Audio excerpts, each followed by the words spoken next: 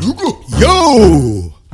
Big up Daily Bread Records, Mutarama Blades, a man like a sister Mishi, and the Red Fox family. G4 shoulder now, my parents. Daily Bread Records, Daily Bread Records. Iwe taka ibata gidi, uona taka varova idi.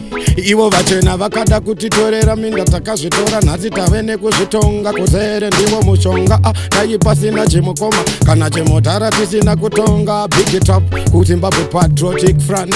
Hey yo, I should not this man. Baba vangu vaive mujiba mai chimbido angu vaye hondo naika kwakatanga hondo yechimurenga apo takakumbira samatenga kuti tirwisane nevachena tikozotitonga vatema vatenda magamba katirwira hondo aiwa ndaindanga ndereni ndairamba kuribata gedi popopo zvaizotyisa baba vamugabe vakaita isu tisabe ndovatenda bunza mudhara mabledza anga aripo achitirwira hondo saka nhasi ini ndinovatenda vangu ishe muse mudzenyika inotiyenda mberi handiketofomet baba vangu vaive mujiba mai chimbido angu vaye hondo naika kwakatanga hondo yechimurenga apo takakumbira samatenga kuti tirwisane nevachena tikozotitonga vatema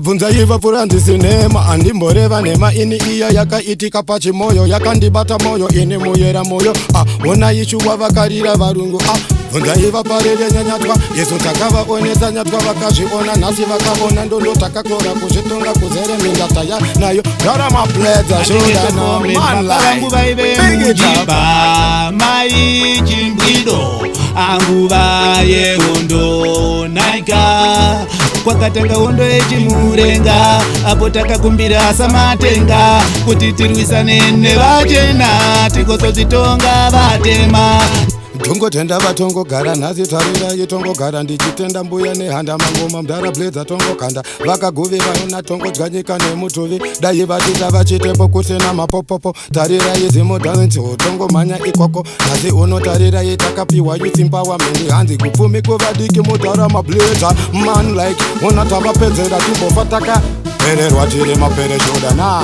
boom bang outer I feel we are the baddest shodano. The big Zimbabwe Patriotic Front. Yeah, His Excellence Commander-in-Chief. Yeah, for the comrades, we thank the Almighty One. For this your freedom we are enjoying, that's why I tell you this. Yeah, should I know we not sell out. We don't want to sell our country back to the traitors. We don't want that. Me burn out firelings at the rhythm bada.